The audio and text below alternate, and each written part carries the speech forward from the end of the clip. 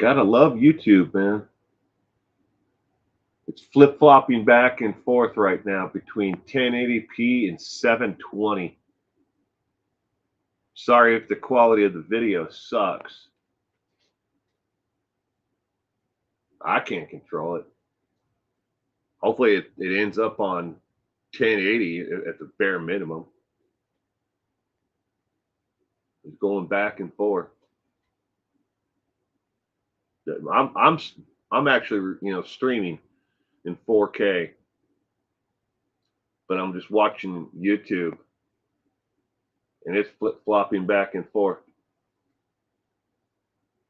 Now it looks like it's going to settle on 720p. Wow, lovely.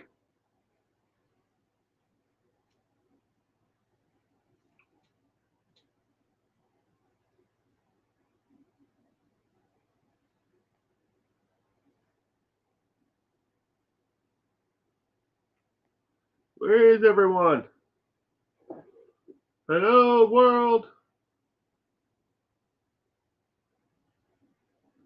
I'm here, and I'm live.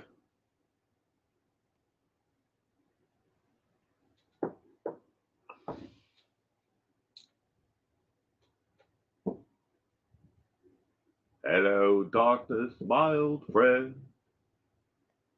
Good morning, Gayla. I am doing fine. I hope you are as well. Friendly talker, cheers. Cheers to you as well. Have yourself a cup of coffee or tea or glass of bourbon, whatever. Kick back and we'll enjoy the show.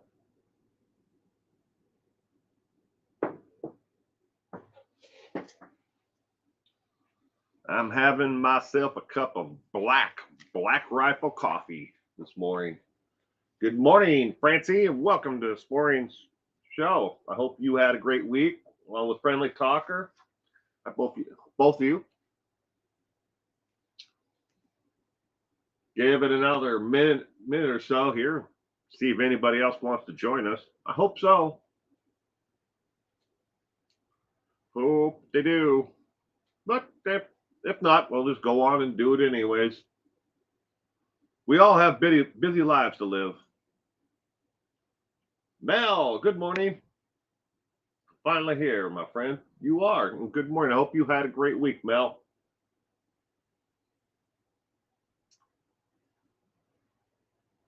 Sprinkled donut. You like my dinosaur? This is Fred. Fred is a puppet.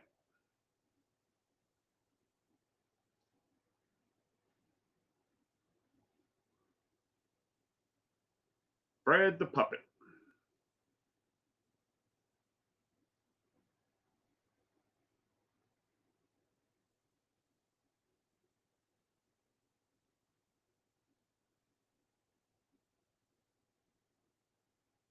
All right. Another 10 seconds. We'll get this going. Again, I want to welcome everyone, and I'm glad that you're here with me today. I hope you had a terrific week. And here we go. This is episode number 7 of Blunders Balderdash and Questions. Welcome to a show where I boldly tackle all my past blunders, bizarre questions, and internet chaos. Because why keep my dignity when I can turn it into content? I'll be diving into the wildest stuff I've been asked, some serious, some strange, and some that make me wonder if the internet is okay. These gems have come from YouTube comments, live streams, X, Facebook, formerly known as Twitter, currently known as Confusing. And it's getting even more confusing. by the day. And even a few brave souls who have emailed me like it's 2007. And now on to something completely different. These are questions, in case you're not familiar with the show. These questions are asked, and I print them out exactly how they were worded, and how someone, if they spell someone's name, I try not to change them. Yes, some of them are clearly, English is a second language for people, so you have to keep that in mind. So the questions are: first one, why have you never worked for mainstream media? I've always learned more watching your channel than any other. Well, what do you consider mainstream media? That would be the question, to answer the question, why have I never worked for them? Well, I have worked in mainstream media to a point. I have been part of 4 documentaries, 2 where I was on the actual documentary itself, and 2 where I did research for it, and I was accredited in each of those 4. Yes, there is a 5th one that was done. If I would call it a rag documentary, would be the best way to put it, on the Christopher Watts case, where they used my likeness and used my research and my background and everything else to aid their actual video itself. And they did it all without asking me. And I never got paid for it either. Additionally, in mainstream media, when I was a teenager, I was a radio disc jockey on KDXL, which it was around up until 2018. In 2018, they closed that station down and it became KPPS 97.5, the hot FM. But I used to do the weather report, spin records, vinyl records, those black things that go around and around. We also had CDs and we had the cart tapes as well. But I did that for when I was in high school. As a teenager, I worked for KDXL. So I guess that, in some ways, I have worked for mainstream media. And I'm glad that you learned something from my content, though. Next one.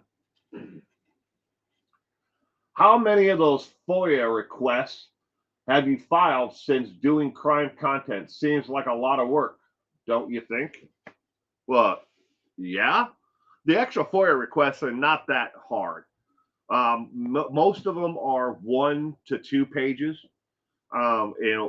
Their form you can actually print out online, and you can mass mail them to, or mail them off to, or some places will even allow you to fill them out online. But is it a lot of work? Yeah, it's work. How many have I done? To give a ballpark figure, I would say more than 500, but less than 1,000, somewhere in there. In the 7 years I've been doing this, an awful lot of them. But if I'm not filing a FOIA request to try to get the information, I try to find sources directly, who know the information, or I try to verify everything with at least a minimum of 3 different sources, people, or different, sites that can refer and have references. You can't just trust that somebody puts it out on a news site and without references.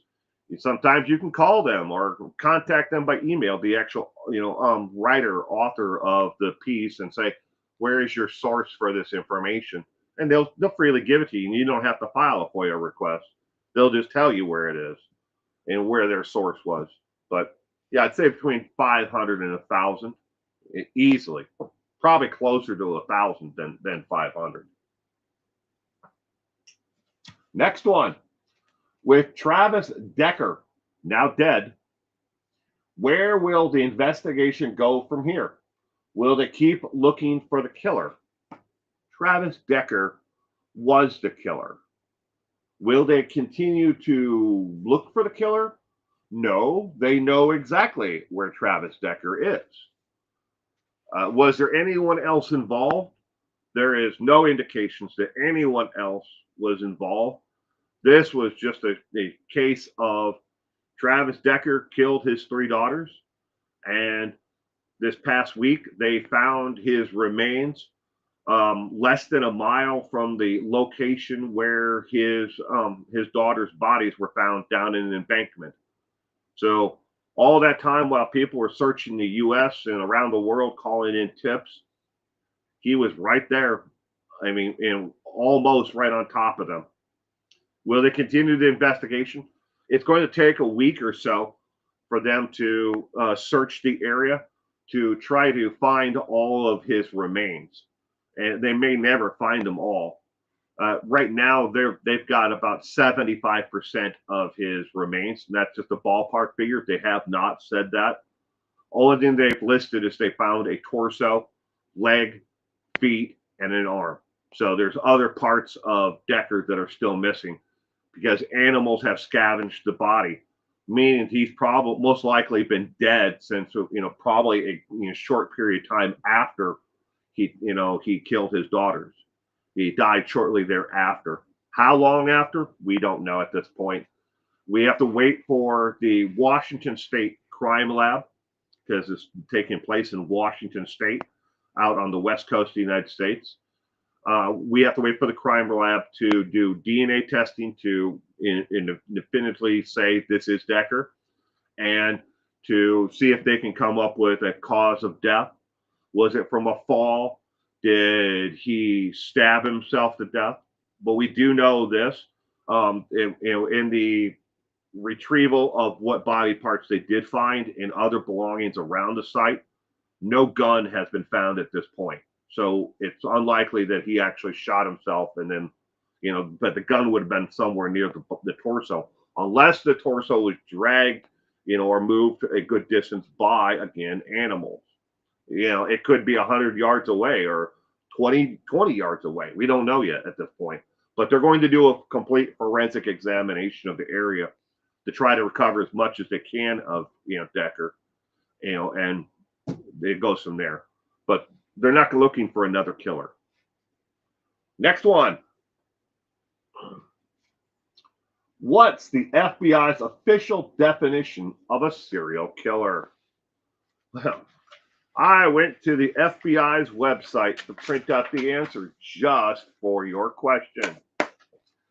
This is what the FBI's official definition of a serial killer is. It's someone who commits 2 or more murders in separate events, usually over a period of time, with a psychological cooling off period in between each crime.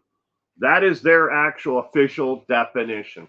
Now, when it comes to forensics in psychology, they actually say that it's closer to 3 or 4, exactly what Robert Ressler, the man who coined the term serial killer, wanted is 3 or 4, not 2. He considers those separate, homicides.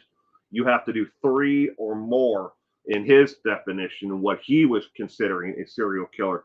And most of the, the world out there, says it's 3 or more, killings is a serial killer.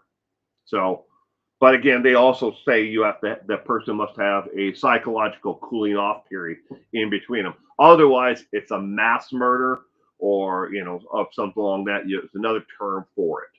But that's the FBI's official definition. Next one.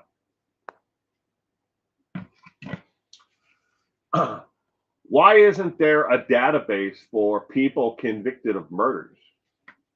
There are. Every single state in the United States has an individual state database for those who have been convicted, sentenced, and to prison time, jail time for murder, along with the Department of Justice. Each and every state reports their information to the Department of Justice, and they have a database of actual murderers. Yeah, so there is a database of those who've been convicted of murder. Likewise, there are databases for those who've committed crimes against children. There are arsonists. There's a database for that. There's a database for different types of crimes, but there definitely is for murder, state level and at the federal. Federal is supplied by the actual states. Next one. Thanks for the question, though. Did John Gacy kill the most victims, or was it someone else? And note they spelled Gacy wrong there. I know that. We know it's Gacy. We know that he Gacy, spelled that way, but they spelled it that way. That's how it was spelled. No, John Wayne Gacy was a prolific, serial killer, but by far, when it comes to the most confirmed murders by an individual serial killer, Samuel Little by far is the most prolific American serial killer. Does he hold like the world's record? Not even close. No, the monster of the Andes killed maybe 200, 220. We have, a couple that, in the former Soviet bloc countries and in the Soviet Union, Russia, that have killed, 130, 140. There's more than a couple there. And you could take, say, Jim Jones. You could consider what he did, and his coercion over his followers, and you could consider that, him a serial killer on that actual part. He didn't have to necessarily take part in the murder. How about Pol Pot, and the genocide there? There's a lot of people out there who've killed a lot more than Gacy, but Gacy in American history is one of the most prolific, but definitely not the largest serial killer. That belongs to Samuel Little. For those, I should, put a giant asterisk next to that. For those that we know who have been caught and convicted, there very well may be an American serial killer who has worked the I-90 corridor and into Canada, and then there's the Highway of Tears. That could be an American as well, who could have numbers that makes Samuel Little look like an amateur, because we know there are so many indigenous women that are missing that could have been a victim of one or two or three different serial killers working that area. So, but thanks for the question, though. Next one. Social Blade reports you lost less than 700 subscribers. You lost 450 last month. That's due to your less than truthful news coverage.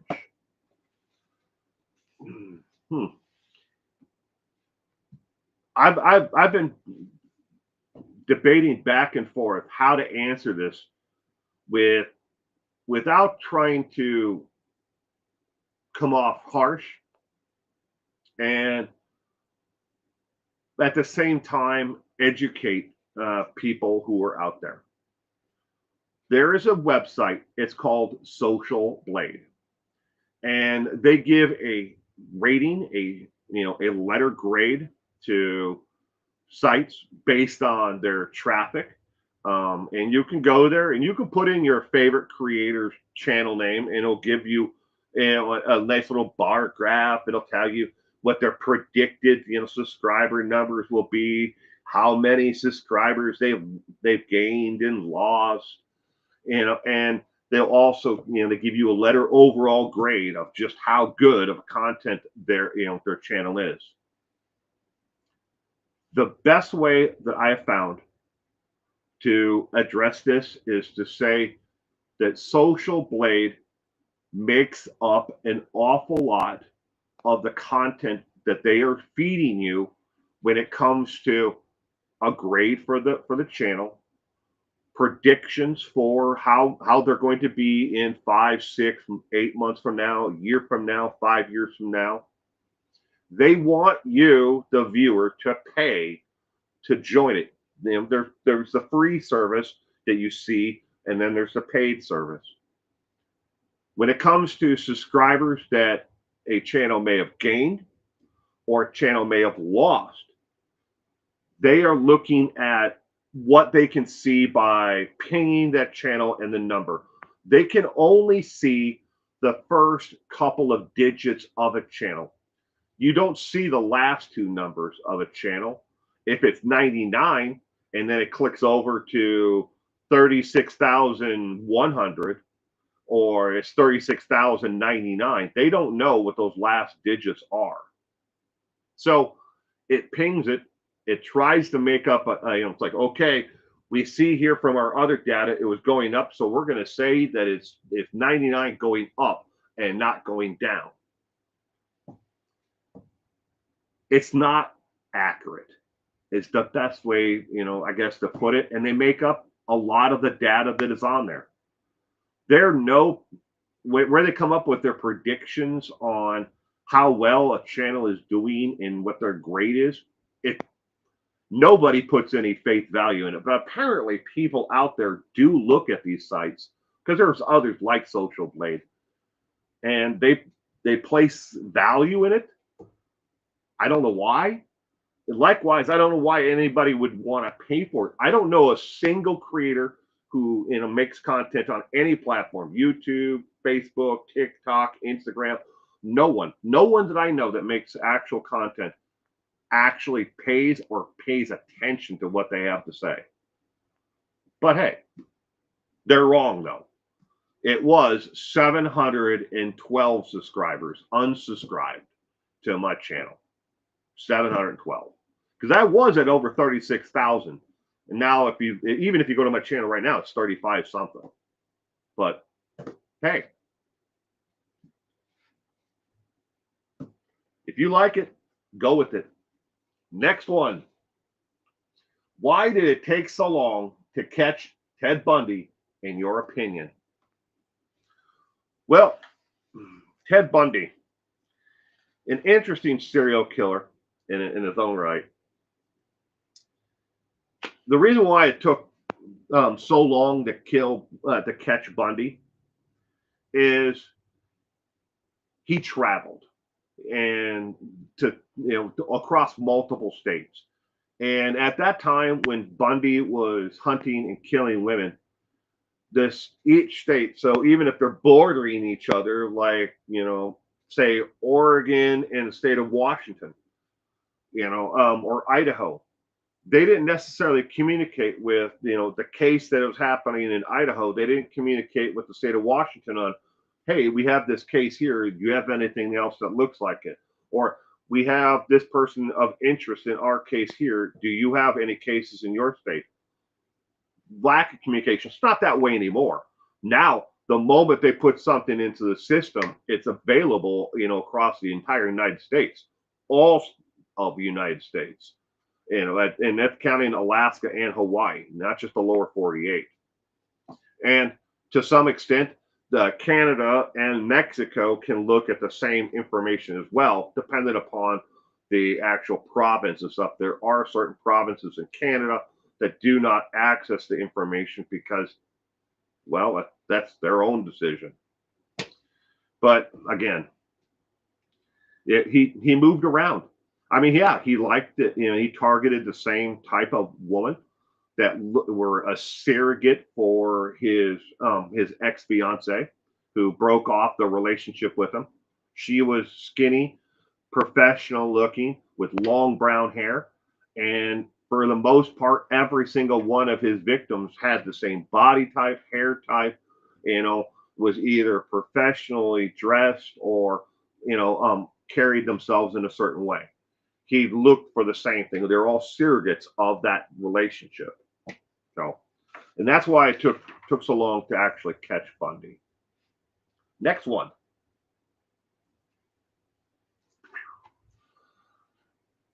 This is one of the questions that sparked off the entire thing.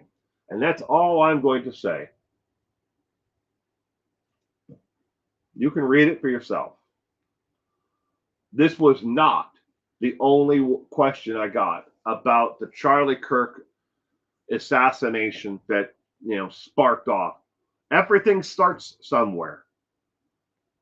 Sometimes it's just one comment on the community tab. One time it's, or another time it's somebody putting something like that in the comment section under a video, and that starts that fire. And all those keyboard warriors out there start, and they just fuel it, and they fuel it, and they fuel it until they see people that they believe, don't, being me, they believe that I don't see the world, or believe the same things that they did. So they unsubscribe, they leave, and they leave a nasty comment that they're on the way out.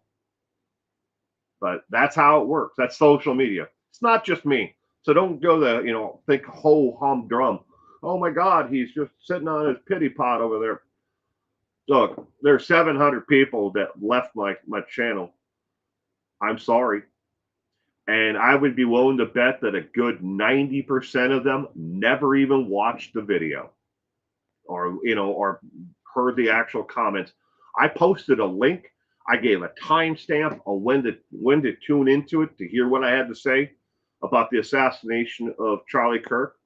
But I'd be willing to bet that good 90% of them who did leave never watched it. They never bothered to even look. So here's a comment.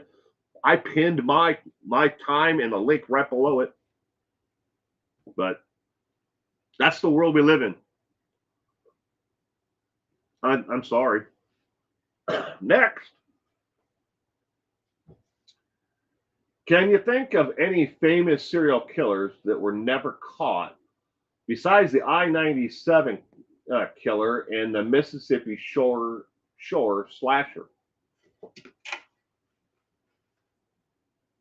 Well, yeah, Jack the Ripper's never been caught, or maybe they're asking about just in the United States. There's the Alphabet Killer, who've never, serial killer who's never been caught. There are quite a few of them actually. Are crimes with the same MO and multiple victims, were killed. I'm not familiar with the Mississippi Shore slasher. I tried to look that up, and it turns, and for what I can find, it looks like that there may actually be two different series of killings that took place along the Mississippi. One was up by the state of Wisconsin along the Mississippi River, and the other one was down by the Gulf Coast. Now, could those be the same individual? Maybe there's something in common there. Maybe they worked on a tugboat or a barge, the shipping system, and that was how the serial killer moved up and down the Mississippi. But as far as I can tell, I can't find just one particular case that was called the Mississippi Shore slasher. I couldn't even find a reference to Mississippi slasher. So I'm sorry. Maybe you're from that person who left that comment. You will watch this and leave a comment underneath this video to let us all know, what the Mississippi Shore slasher was. So, but again, there are a lot of serial killers out there that I can think of. Cases. I don't know who they are, but I can think of a lot of cases of serial killers in America that were never caught. So, next.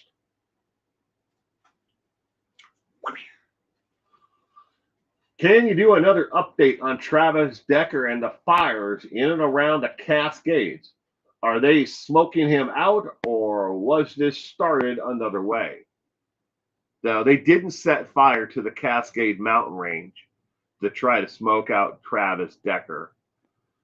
I can see why people would probably think that, but no. The fires were actually started by a lightning storm. And I don't know. The area where he was actually found is here along the Blewett Pass area. The fires are up more towards the Canadian border in the Cascade mountain range where the fires were. So it wasn't like they set Leavenworth on fire, which is a Bavarian village theme park, theme city. That's not park, but city. That's what Leavenworth, Washington is. But no, they didn't set the fires to try to smoke him out. It was started by a lightning storm. But I can see how somebody might think that. Next one. What in forensic science has solved or helped reopen serial killer cases? By far, DNA evidence. DNA, by far. DNA has helped exonerate people that were wrongfully convicted. It has helped solve far many cases. And as DNA, advances and the technology advances, we are able to use, familial DNA. So that's not only the DNA of the individual, but they're able to find DNA of ancestors who, and then pinpoint the person from that familial DNA, family DNA. So, but DNA by far has helped solve more open cases and convict, or find, the serial killer who killed these people. In a lot of cases, though, at this point, those serial killers are long gone or dead. They're dead in a lot of cases, but we're able to go back and say, look, we have DNA here. Here's the familial DNA. We can now say that we know for a fact it was this person, who committed these crimes. Or some of them are cold cases that have been unsolved for 40, 50 years, and they're able to finally find that DNA on that piece of evidence, if they had it at all to begin with, and say, okay, this is how we, and then be able to close those cases. And they've gotten convictions for cases that have been, closed or were cold for like 60 years. So DNA by far. Next one. Is there any truth to you have been shadow banned and age gated in the past? Just seen on Reddit. Figured I would ask you here. That's how it's worded, ladies and gentlemen. Yes. I don't know of anybody who's in the true crime, community, a creator, that hasn't been, shadow banned or age gated or demonetized, or something along those lines. Everyone deals with it. Excuse me. Case in point, I posted to the community tab this morning everything that I've done to, reporting wise, short video, long form video, live stream about, Jeffrey Epstein. I get demonetized, no monetization at all, or I get the dreaded, limited icon, which is limited monetization on the content, or it's age gated. It says this is, all you get is a black screen with white words on it that says you must be 18, years of age or more to, watch this content. Log into YouTube. Even if you're logged in, they make you log back in sometimes to, to verify that you before you can actually watch the video. I don't believe necessarily in shadow banning. I know a lot of people say that it happens on YouTube and on social media, but YouTube, in 99.9999% of social media, they want to keep you on the actual platform. If they started shadow banning everybody, how would they keep up with it? Yeah, sure. I mean, I guess AI now could say, okay, this person is shadow banned for 10 days or 3 different videos, and then we'll check it again to see if they, still doing inappropriate things. I don't believe in it. Yeah, it's probably real, but I just don't believe in it. But again, age gated, yeah. Demonetized, yeah, oh yeah. And I posted this to the community tab this morning about Jeffrey Epstein. So now that I mentioned it twice here in this stream, I'll probably get demonetized or, age gated or something here on it as well. And if you're scrolling through something, just think of it as your viewer. If you're a viewer and you're scrolling through something, you click on a thumbnail because you want to, hear, or watch a video on something, and all of a sudden you get a completely black screen with tiny little letters on it. I mean, especially if you're on your cell phone, it's just microscopic small. It's not like big giant letters. It's like, two sentences and click here, to verify. Why are you going to watch that? You're just going to scroll on. You're gone. You only get a couple of seconds to make an impression on someone before they just swipe away. So next, am I correct in understanding that Samuel Little drowned one lady and kept one lady for a 2-week period before killing her? Yes, you are absolutely correct. Now, the lady that he kept for 2 weeks, he let her go. It wasn't like she was prisoner tied up in his house. They partied together. They lived in his car basically for 2 years, for a 2-week period of time. He actually went to jail. She stayed there in the car while he was in jail. And immediately once he got out of jail, he moved the car behind the store to a wooded area and then killed her and then dumped her body right there next to the car and then just simply drove off. But yes, only one person that we know of in all of his confessions, this is in his own words, did he ever drown. He drowned one of his victims, and all the others he strangled to death, and stabbed. But one he drowned, and one he was with for a couple of weeks before getting rid of her. So yes, your understanding is completely correct. Next one. Hello, Will. Hope all is well with you. Say hello to all. I want to say hello for you to everyone. So hello, everyone. But the channel name that's associated with this one is just the letter M. M dot. That's it. I have no idea who you are. M dot. But hello to everyone from M, whoever M is. So that's all the comments and questions for this week. I'm going to read some of your comments from the chat. Then we're going to do fact or true news. Good morning, Mel. If I didn't say hello before, Audrey Lady.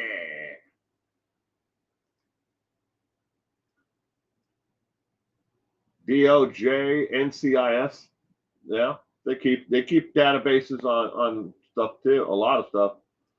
Do you have to pay when making a FOIA request? Asked Francie. Francie, it depends on jurisdictions. Some, yes. Well, I should say 70% ish right in there request. If you want a printout copy, they actually charge you for the postage, a minimal fee for postage and for the printing. For a lot of them, no. If you submit the request, and if you're able to submit the request online, they just send you a PDF, and then it's up to you to print it. So, yeah, is there a cost involved there? Yeah, if you want to print it out. But a vast majority, do actually charge. And then there are jurisdictions that are just absolute pains in the ass. I have no nicer way to say it. They are pains in the ass because they know they can be. And it may just be the person who, the administrator or whoever is working in that county, system or that state level system. They know they can be. They make you spell out every single thing that you want. You can't just say, I want the documents from the Rupert Murdoch murder trial. I know Rupert Murdoch didn't kill anybody, not with his own hands though. But it could, if you just say that, they're going to give you the transcript. They're going to leave out any video. They're going to leave out any, witness statements. They're going to leave out anything that was not used in the trial. Maybe it was in the evidence, but they'll leave it out. And there are some that say, look, we will only do X amount of actual documents per request. And especially if they're printing them out, they like, well, you can't print out all of the files on, in investigation notes on the Zodiac killer, because we're talking, I don't know, maybe 50, 60,000 documents that, in a case that large. Or I want the documents in every Ted Bundy, investigation. You would have to go to jurisdiction to jurisdiction to jurisdiction, to see if they have anything like that. There is no national system or database for, to request Freedom of Information Act, information. But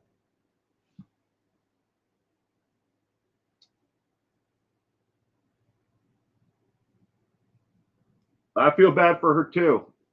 Sprinkled Donut talking about Travis Decker, the mother who lost all three of her children, her daughters, to Travis Decker. And yeah, it's got to be an extraordinarily hard for her to go forward, but she has to, at least to keep her, her daughter's memories alive. Hopefully something good can come out of it, where she can raise awareness, not only for PTSD that Travis clearly had, and that the VA ignored because they couldn't get him services in that area. Maybe she can save, or stop, a similar situation from happening in that area. Maybe she can, be, and bring awareness to familial, homicide, where a spouse, mother, or father kills their children in that situation. I mean, it's kind of like Shadows, like this. It's just basically the same thing that that Chris Watts did, killed his daughters and then took off. Because we have no idea what the end game was for Christopher Watts. Don't forget, eventually they were going to pump those tanks empty, and they would have found his daughters then, and then the heat would have been right back on him, and he never would have gotten away with it.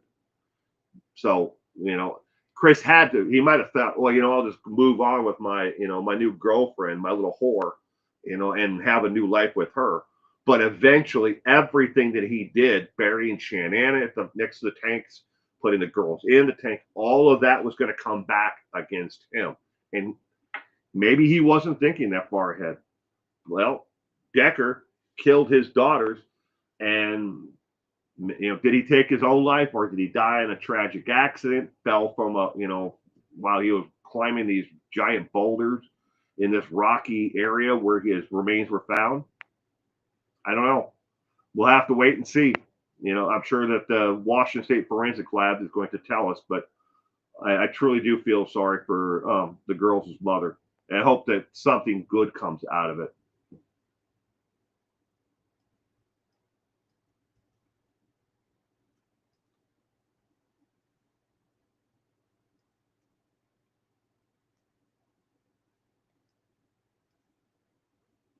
I hope everyone's health improves if you're not feeling well. I'm sorry, I'm scrolling through this, but we still have the fact or truth, to go. Netflix show Mindhunter gives us the perfect definition of a serial killer. Yes, yeah, Mindhunter is a good show. I've seen some episodes. I think it's Mindhunter that I watched, or maybe it was the FBI Files. I don't watch a lot of TV, so Netflix, Hulu, all that stuff. When I do watch TV, it's usually documentaries that I mainly focus on. I like documentaries. I like things where people are proving it and not just making it up. I say that But I also love the show Criminal Minds. I've always loved that show, especially the earlier ones with Manny Patinkin. Patinkin, I think his last name is. How you pronounce it? Patinkin, Mandy Patinkin. Yeah, well, whatever. But I like the earlier ones of that. And in Law and Order SVU, I used to watch a lot of that. But I like documentaries.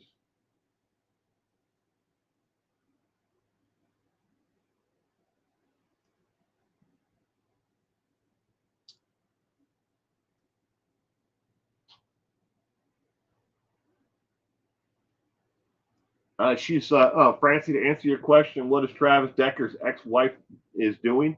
What is she doing? She's staying out of the public eye, and she's getting assistance, with psychological counseling. The sheriff's department, the Chelan County Sheriff's Department, is making sure that no one bothers her.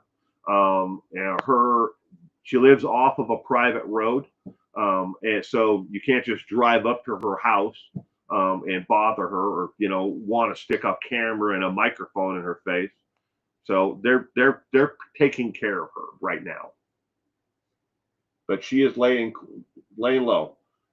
Tom Baker, question. So why did they find that the child killer and narcissist Casey Anthony not guilty? Good question, Tom Baker. In a nutshell, that's the criminal justice system that we have here in America. In the view of the public opinion, Casey is guilty as could be. But all you got to do is plant the seed of doubt in the minds of a jury. And if, maybe you can't prove everything. Maybe you can prove the end and the beginning of it, but you can't prove what happened in the middle. But that's our justice system. Just like people are like, hey, how is it that O.J. Simpson got off, with murdering his wife and Ron Goldman when there was so much evidence, out there? Well, they planted his dream team, including, the Kardashians' dad. But they planted that seed of, doubt in the mind of the jury with a lot of mistakes that the LAPD made in that case, and racial profiling and blah, blah, blah down the line. They planted that seed of doubt in the jury. When you're judged by, a jury of your peers, if you can plant that seed and make them go into deliberations and have to question it, again, like the Casey Anthony case, was there a connection between her daughter being found and her party in that weekend? Where did the mom fit in there? Was there anyone else like this babysitter involved?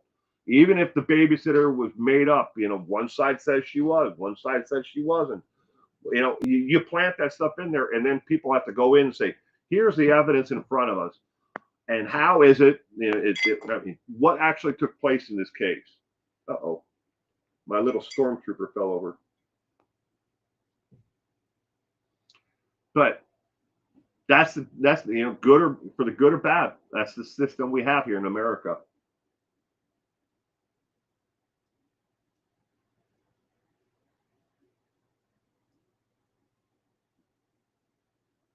His wife and two sons, also Anthony Todd, who's scum. Good morning, Reichart. All right, we still have fact or fake news. Let's get to that. Again, every single one of these stories has been shared at least 100,000 times. And each and every one of these has gotten a bare minimum of 10,000 likes or upvotes, or combination of both. So, again, just think how many people you have in your community where you live. Do you live in a major metropolis? Houston, Texas, Albuquerque, New Mexico, London, wherever you may live. Do you have 100,000 people in your direct community? There may be 100,000 plus people in your city, town, state, whatever. But are there 100,000 people in your direct community? Now imagine each and every one of these people in those communities being served up these stories as real news stories. And again, these are not just from Reddit, they're shared everywhere. They're not on the Onion network. These are shared. People will share them on and report on them on YouTube. They will report on them on Facebook, on X. They're everywhere, all over the social media platforms. So with that in mind, the first story, is this real or fake? Professional golfer John Daly beat his personal best score and his personal best for consumption of Diet Coke and chocolate milk. Excuse me. Finishing 19 under par and drinking 19 Diet Cokes and 19 chocolate milks. Is this the real story or one of the fake stories? Story number one. Story number two. John Daly, professional golfer on the senior tour, had another classic response to reporters after they questioned why he shot 5 golf balls into the water on hole number 4 at a recent tournament. He said the following: "So what? It's not your score, is it?" Is this the real story, or is this one of the fake stories? Again, we're only trying to find the real story, not the fake stories. There's no reason to tell the world why, or which ones are fake. Just the real story. And story number 3 is John Daly broke his personal record by 1 shot. Daly took an 18 on par 5 sixth hole at Bay Hill Invitational when he hit 3-wood into the water 6 straight times. Details were a little unclear from Minnehaha Country Club if Daly plans to play the next round. He recorded an 88 on the day. 74 is par. And good morning, Lexi. Welcome to this morning's Blunders, Balderdash, and Questions. So which one of these 3 stories is real? 1, 2, or 3, or A, B, or C? You can put either one in the comment section. A, B, or C, or 1, 2, or 3. One of them is real and the other 2 are fake.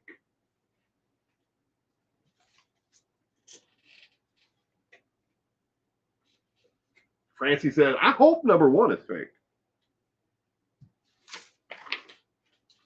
1, 2, or 3.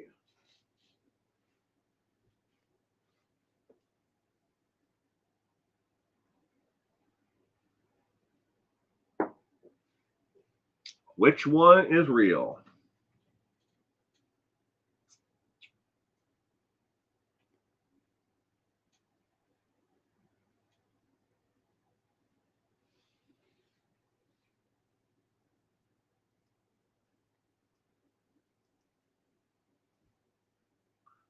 Galen is going number 3? Question mark?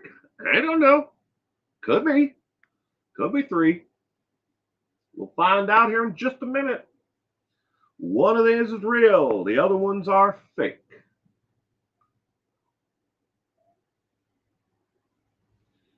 Lexi's going with B, and Francie, I'm going with number 3 is real. 1, 2, or 3. Which one is real? A, B, or C, or 1, 2, or 3? Got 20 seconds left to answer. A, B, C. I'm not watching that station anymore. 2. 10 seconds. Get your guess in. 3, 2, 1. The correct answer to this week's fact or fake news is story number 3.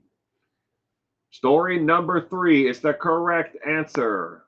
John Daly broke his personal record by one shot. Daly took an 18 on a par 5 at Bay Hill Invitational, and he hit a 3-wood into the water 6 straight times. Is the correct answer. He shot an 88, which is exactly 14 over. Now, I don't know about you, if you've ever golfed before, but shooting in the 80s and even taking that score on that hole, I mean, that means he was doing damn good. And a lot of people questioned afterwards, is it because Daly likes to drink? Is it because his alcohol is getting in the way of it? If you've ever seen the movie Tin Cup, where with Kevin Costner, he looks at, was it Cheech Marin, from Cheech and Chong, the actor. He looks at him and he snaps his finger like this, reaches out and snaps his finger, give me another ball. And he does it again and repeatedly puts it back in the water over and over again. That was kind of like a Daly moment, he did one of those things because he knew that he could get on the green with that shot, but he just kept on falling short and short and short each and every time until the last one, he didn't run on a golf ball, but the last one, he actually got it onto the green.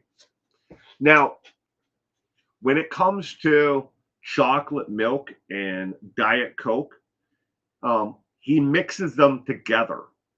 When he's at home, he takes a glass and he puts chocolate milk in it and then adds the Diet Coke to it and drinks that in the morning. Now, when on the golf course, he drinks Diet Coke incessantly, drinks a lot of Diet Coke. I don't know if he's ever drank 19 of them, but he will easily drink 12 Diet Cokes while out on the golf course. If you've ever been a heavy soda drinker, especially like the sodas with aspartame and the alternatives to sugar, like the diets, like the Diet Coke, Diet Dr. Pepper, Diet Pepsi, those things, you certainly can get addicted to them. And you can have real withdrawal issues from not drinking them. Chichi Rodriguez way back at the Rancho Marriott, California Pro-Am. Don't forget to hit the thumbs up. That's true. Thank you, Lexi. But yeah, it happened. I'll admit, I'm an avid golfer, and I've done something like that. Where on a course where I hit it, into the water, or I went OB, which is out of bounds. And I just did it again because I knew I could make it. And I know, where my skill level is. Not like, hey, cross my fingers, knock on wood that I'll be able to make it. But I've been guilty of doing that myself. And so have a lot of golfers. It's like, man, you just know you screwed it up, and do it again, and you sometimes it works out real good the second time. I don't know if I do it 6 times, but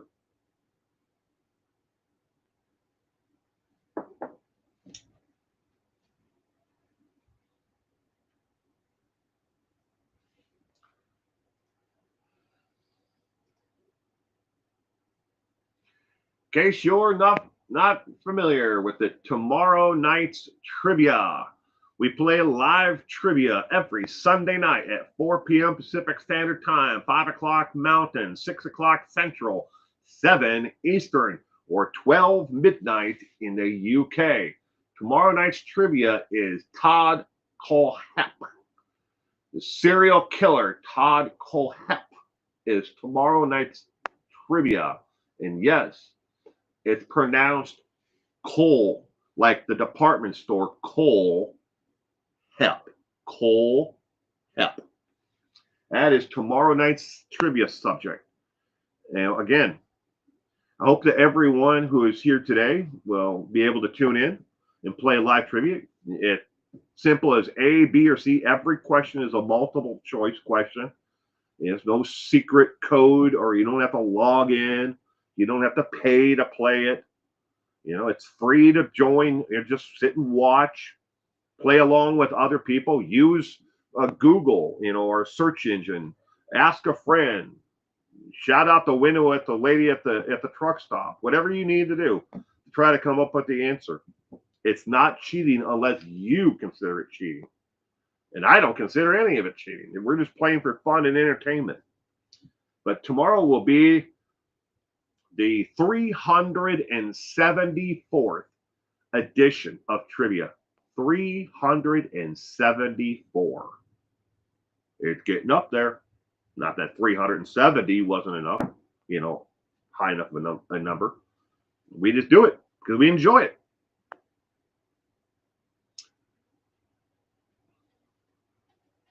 But with that, I'm going to play the short little video, and then I'm going to get out of here.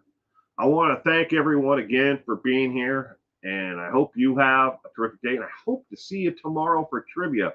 You can go ahead and share out the link. It's on my channel, or share out my channel as well. Hit that thumbs up if you liked it. Like this content. Hey, looky there. You made it to the end of yet another video.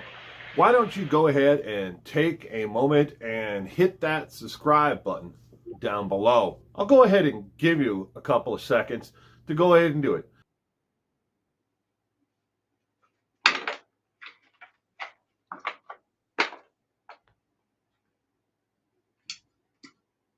In the meantime, for those who did make it to the end of the video, thank you very much again for being here with me. I appreciate each and every one of you, and I hope to see you all again very soon. In the meantime, you stay safe out there.